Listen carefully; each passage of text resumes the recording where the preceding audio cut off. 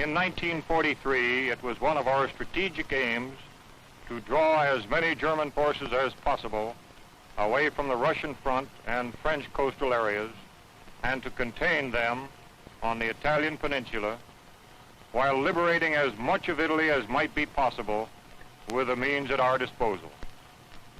As the bulk of our supplies was directed to England for the forthcoming invasion, operations in Italy had to be conducted on an extremely limited scale. Thus it came about that during the winter months, the number of Allied divisions in Italy was greatly reduced. Yet so determined was their effort that they succeeded in holding in Italy a very large number of German divisions during the pre-invasion period. San Pietro in the 5th Army sector was the key to the Liri Valley. We knew it, and the enemy knew it. We had to take it, even though the immediate cost would be high. We took it, and the cost in relation to the later advance was not excessive. By its very nature, this success worked bitter hardships upon each individual soldier, calling for the full measure of his courage and devotion. The response of our 5th Army troops provides an inspiring page in our military history. To these individuals, living and dead, and to those who now continue in their tradition, this picture is dedicated.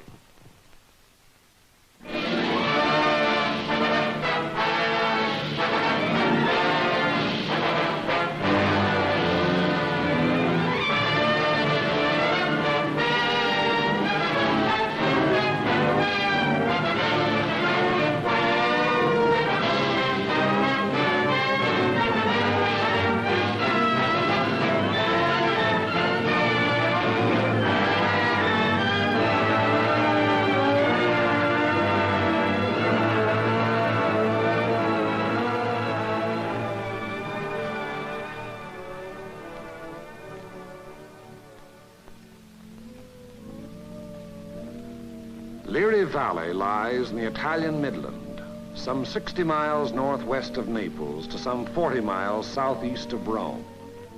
A wide, flat corridor enclosed between 4 walls of mountains.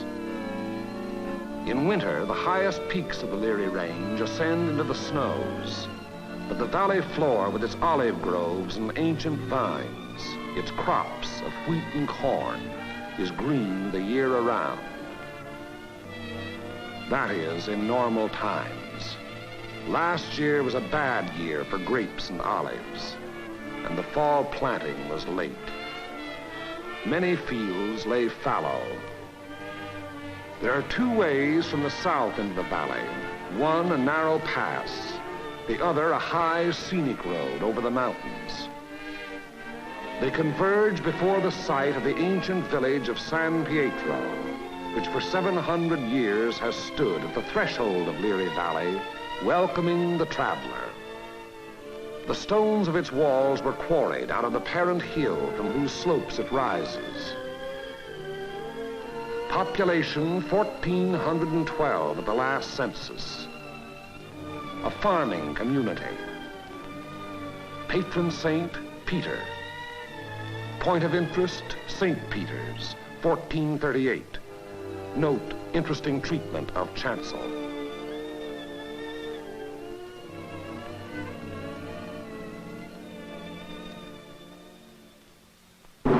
From the end of October 1943 until the middle of December, San Pietro and the surrounding ground was the scene of some of the bitterest fighting on our 5th Army front. The Italian campaign had entered its second phase, the push forward again after a static period brought on by heavy seasonal rains. Our battle lines were haphazard as the terrain itself, with its flood-swollen rivers that twisted back and forth across our line of march so that each river seemed like 5. And where there was no river to cross, a mountain blocked our going, each peak ahead being a few meters higher than the last we had won, so that each new peak had to be fought for, the hard, uphill way, with the enemy looking down our throats. They had had time to fortify and camouflage their positions. No amount of artillery fire or aerial bombardment could force them to withdraw. That was for the infantry to do, employing those weapons that can find and destroy life in narrow trenches, caves, and fighting holes. It was up to the man with the rifle, the man under fire from all weapons, the man whose way all our weapons, land, air, and sea, serve only to prepare. It was up to the foot soldier to attack a hidden enemy over ground that was sown with mines, the anti-personnel S-mines that fly up at a footfall to explode beneath the groin. Nowhere along the entire front were enemy preparations more elaborate than in the San Pietro area. For San Pietro stands at the threshold of Liri Valley, and through Liri Valley, wide and level, runs the most highly prized length of road south of Rome. By early December, we had taken and were holding high ground to the northeast, east, and south of San Pietro, the Camino Maggiore hill mass being last to fall. An Italian brigade under Allied command had made a vain attempt to capture Mount Lungo, possession of which would have acted greatly to our benefit in the impending action. The Italians were all but annihilated. In view of their excessive losses, further operations against Mount Lungo's strategic heights were abandoned. And it was decided to make a direct frontal assault on enemy positions in and around San Pietro. Elements of the 36th Texas Infantry Division were rotated from position to position, overlooking the valley, so the troops might study the terrain ahead from various viewpoints.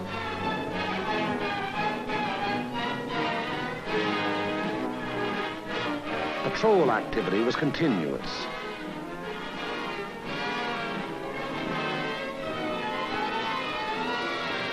Day and night, units went out to reconnoiter the ground, draw fire, take prisoners, thus adding to the sum of our information about the enemy. High points, Mount Lungo's 351 and Mount Samucro's 1205 and 950 were all manned in force. The town itself was strongly garrisoned with numerous mortar, machine gun, and heavy weapon emplacements. 4 enemy battalions were dug into a line of connecting trenches and mutually supporting pillboxes in depth that extended from the base of Mount Lungo, northeast across the valley floor to the base of Mount Samucro. Another battalion was organized to defend the high ground northwest of San Pietro. Areas before these positions were heavily mined and held a confusion of barbed wire and booby traps. On the afternoon before, D-Day and H-Hour were communicated to battalion commanders. December 8th, at 0620 hours, the 1st Battalion of the 143rd Infantry Regiment to attack the summit of 1205, having moved up the mountain under cover of darkness, and upon achieving its objective to attack along the ridge to a point northwest of San Pietro. The 3rd Ranger Battalion likewise to attack 950, another feature of the Mount Samucro hill mass. The 2nd Battalion of the 143rd to attack over the terraced olive orchards northeast of San Pietro. The 3rd Battalion acting in support to follow the 2nd at 400 yards. Of the original force to establish the beachhead at Salerno, the 143rd had since spent all but a fortnight in action under extremely bitter weather conditions. At Salerno, at the Volturno crossing, it had taken mortal punishment. The task ahead promised no less bloodshed, yet it was undertaken in good spirits and high confidence.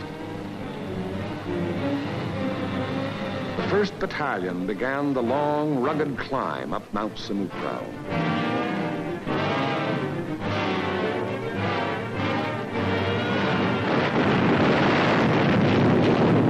As night fell, our artillery opened up, and throughout the night hours, intense fire was laid down on the enemy's main line of resistance.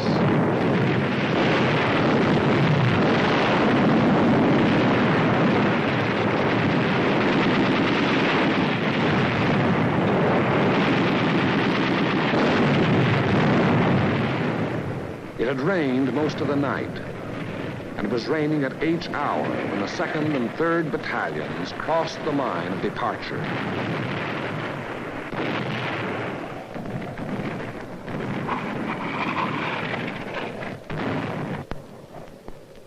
Some 200 yards forward, they encountered mines and automatic fire from pillboxes.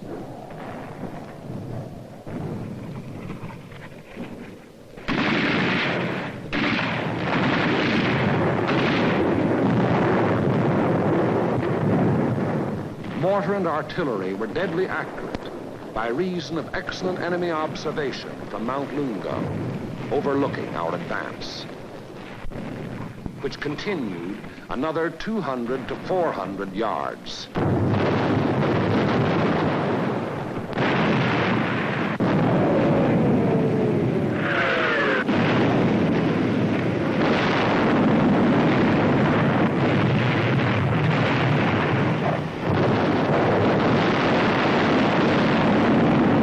Many men gave their lives in attempts to reach pillboxes and throw hand grenades through the narrow gun openings.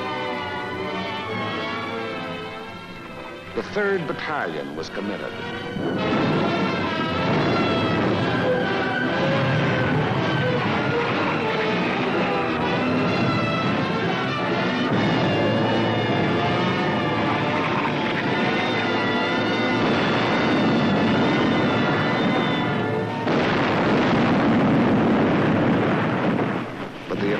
Never got more than 600 yards past the line of departure.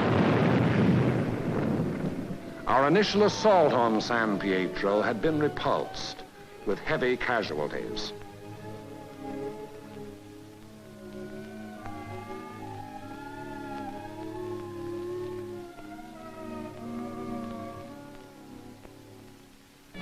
The attack on Hill 1205, however, was a brilliant success.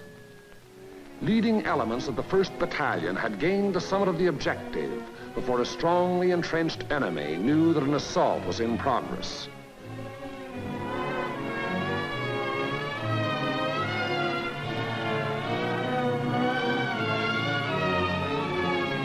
To the right of 1205, the 3rd Ranger Battalion had also captured its objective, but only after successive attacks and costly casualties. For on 950, the enemy was not taken unaware. Counterattacks were to be expected on both 1205 and 950. They were not long developing.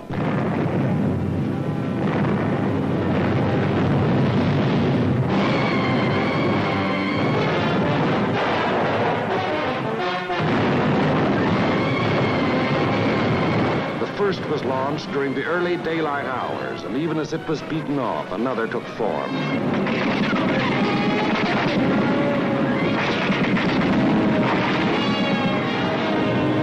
Day and night they followed in unremitting violence.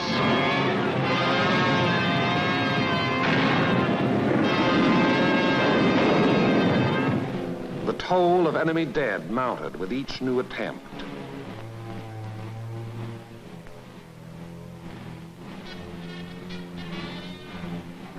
But German prisoners captured on 1205 and 950 said they had been ordered to retake those positions at all cost. In addition to defending Hill 1205, the 1st Battalion, obedient to the field order, undertook the reduction of enemy defenses which were organized along the ridge running west.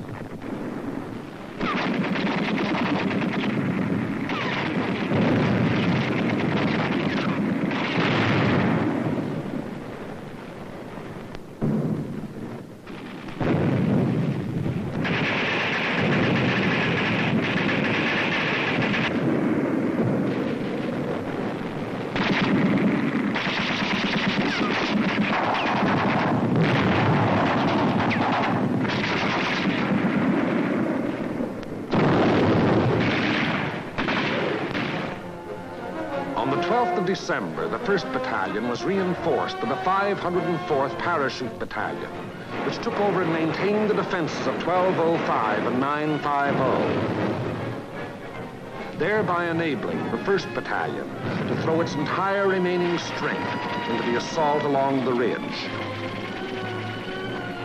But the 1st strength had dwindled and shrunk in the 5 days past, and there was now a question as to whether its existing numbers were sufficient to prevail. Reports during the night of the 14th of December stated that the enemy was offering bitter resistance and that the issue was in grave doubt. Meanwhile, on the olive terraces below, the 2nd and 3rd Battalions had twice again attempted to reach their objective. Both times they had come up against a wall of automatic weapon, mortar, and artillery fire.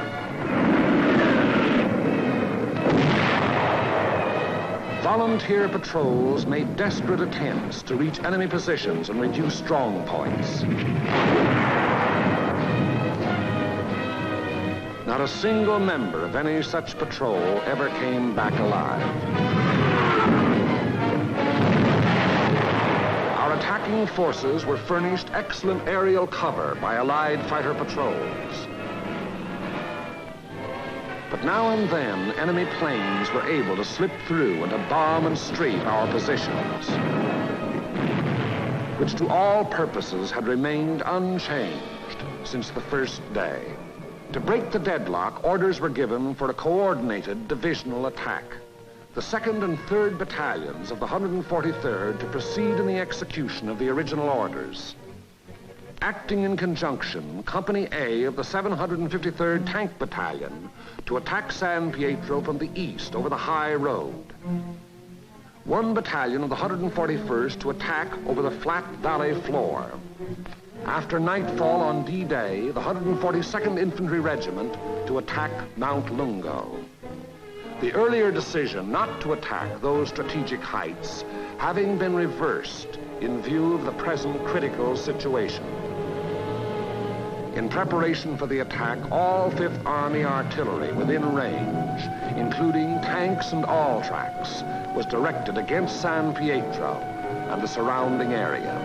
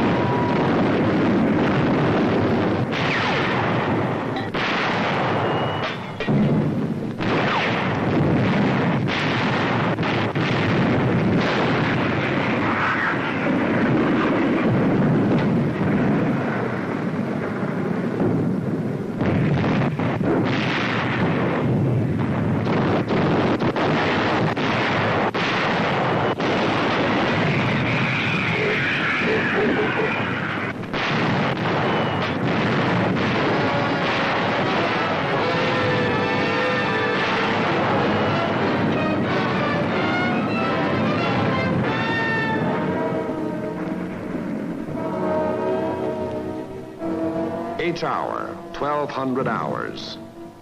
D-Day, the 15th of December. The 141st Infantry advanced some 400 yards from its line of departure, to be borne down and held powerless under the weight of enemy fire.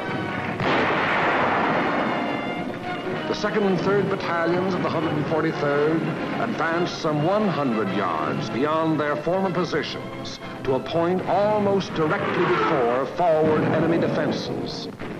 And for the 3rd time, they were forced to take such cover as the quaking earth could offer. And the tanks. Orders were for them to enter the town and to locate and destroy the heavy weapons there, which were leveled against our attacking foot soldiers.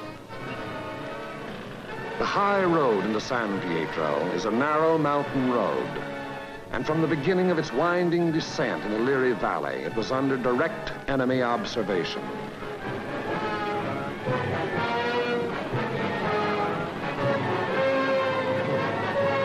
"16 tanks started down that road.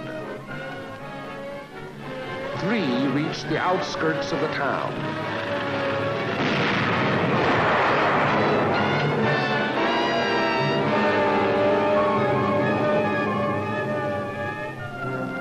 Of these, 2 were destroyed, and 1 was missing. 5 tanks were immobilized behind enemy lines, their crews having to abandon them. 5 tanks hit enemy mines within our lines and were thereupon destroyed by enemy gunfire. 4 tanks returned to the bivouac area.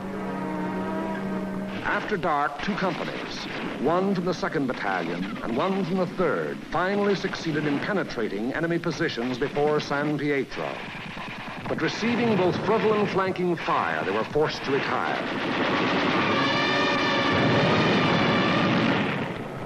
Company E having been reduced in strength to a handful of riflemen, and Company L faring little better.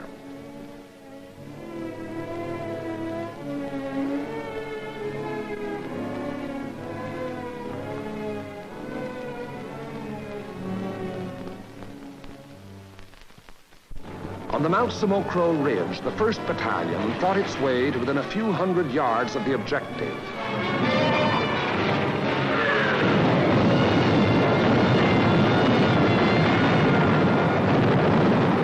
But it had paid for ground gained at the rate of a man a yard, and it did not have strength to carry the fight any further forward.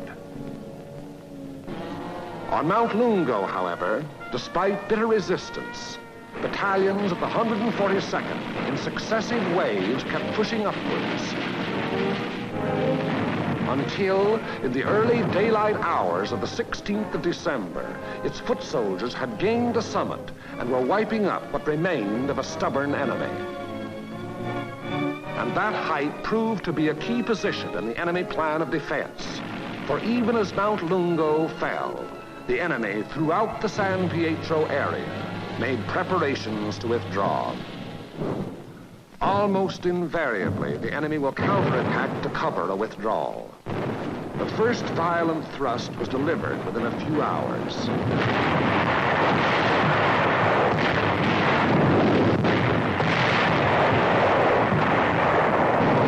And thereafter, counterattacks came in waves, the roar of the last mingling with the rush and fury of the next to break.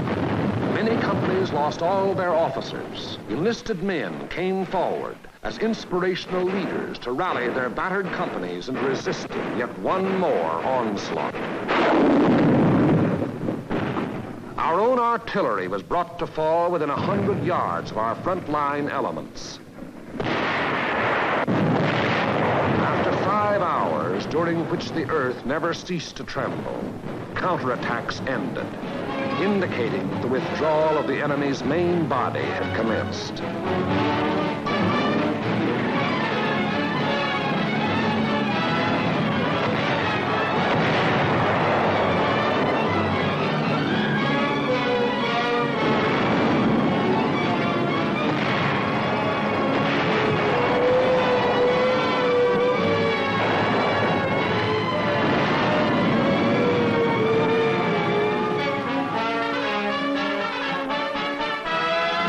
In an effort to maintain contact with the enemy, our patrols immediately pushed ahead.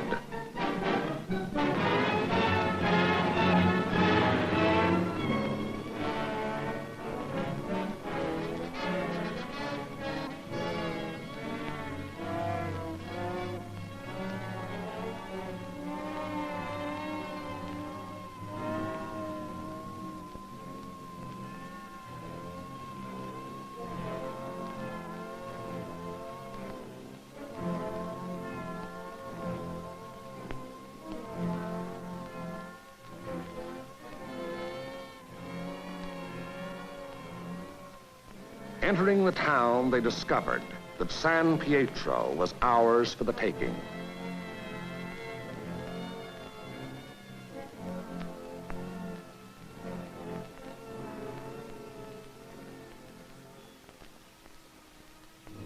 The 2nd and 3rd Battalions, less than a rifle company in strength, weary to death who were alive, stumbled forward past San Pietro to consolidate gains and re-establish contact with the enemy, now taking up new positions some 5 kilometers beyond. That is the broad shape of the Battle of San Pietro, which was but the first of many battles in the Erie Valley. It was a very costly battle. After the battle, the 143rd Infantry Regiment alone required 1,100 replacements.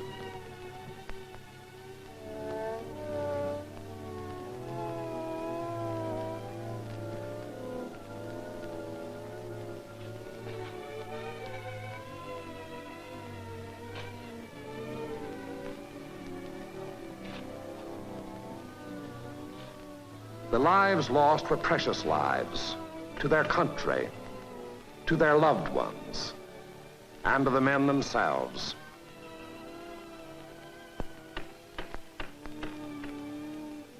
For the living of the 143rd Infantry Regiment, more than 100 decorations for acts of valor above and beyond the call of duty. Many among these you see alive here have since joined the ranks of their brothers in arms who fell at San Pietro. For ahead lay San Vittore and the Rapido River and Cassino, and beyond Cassino more rivers and more mountains and more towns, more San Pietros, greater or lesser, 1,000 more.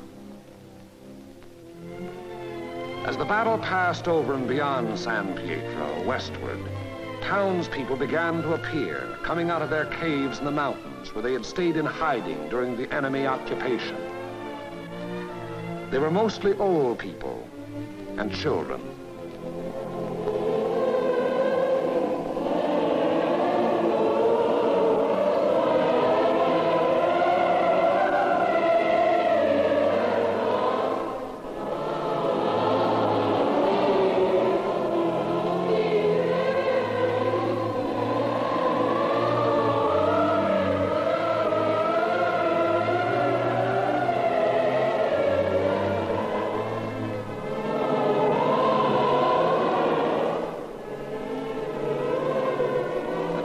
People were warned against enemy mines and booby traps, which were in the process of being cleared.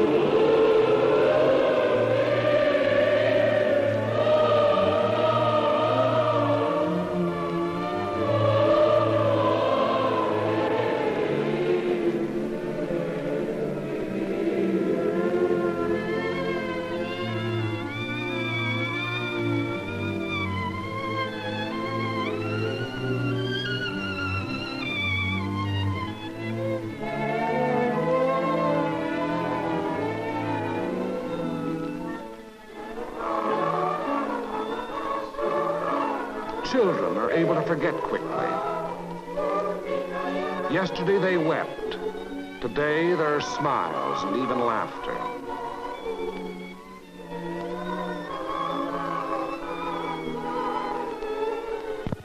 Tomorrow it will be as though the bad things had never happened.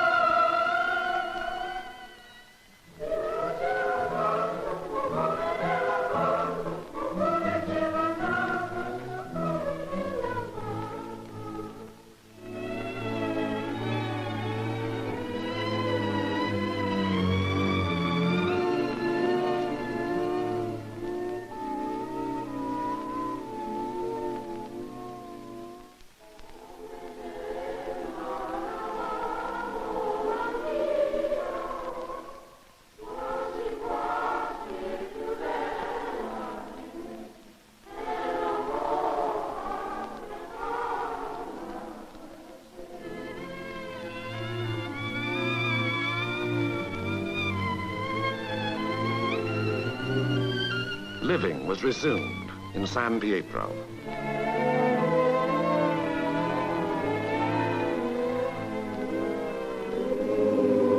Our prime military aim being to engage and defeat the enemy, the capture of the town itself and the liberation of its people is of an incidental nature. But the people in their military innocence look upon us solely as their deliverers. It was to free them and their farmlands that we came.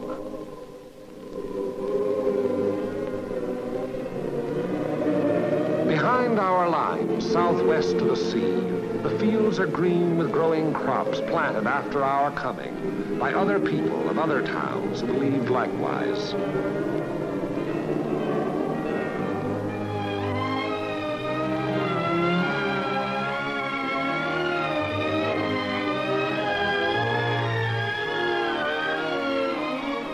The new won earth at San Pietro was plowed and sown.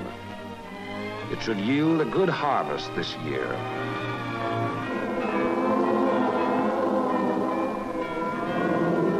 And the people prayed to their patron saint to intercede with God in behalf of those who came, delivered them, and passed on to the north with the passing battle.